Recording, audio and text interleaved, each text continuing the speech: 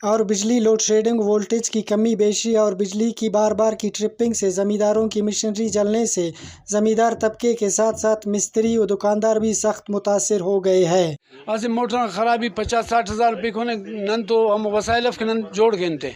تقریباً 850 فٹ اندر سے من دیر کشنگ چو دی رچ فکے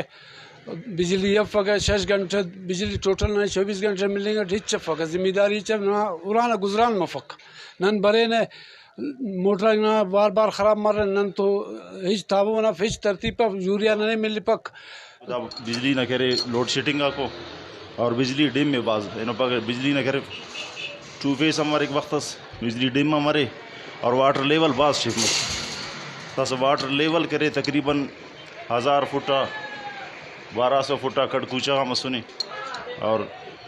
بجلی نہ کمی نہ بجان تھا مشین کم خرابی کرنے کو اور نن کرے تھا مستری ہم مستری نہ کرے مزدوری ہم صحیح ملیں گے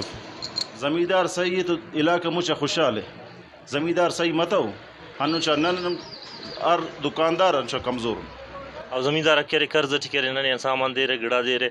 تو کرے اندون وسائل اندون حساب کرے اف کہ وہ داخس کرے برابر کنن کی یا قرض کرے ادا کنن کی زمیندار طبقہ کرے داگڑا کرے بعض متاثر مسونی دا ٹکرے مطلب گٹ دکاندار کرے نن برے نے اور گٹ ٹکرے معلوم ہے کراٹے میں زمیندار کرے مطلب انا شیف مس تو دکاندار اور ہر طبقہ نہ کرے بندہ داگڑا کرے متاثر مرے تو مہنگا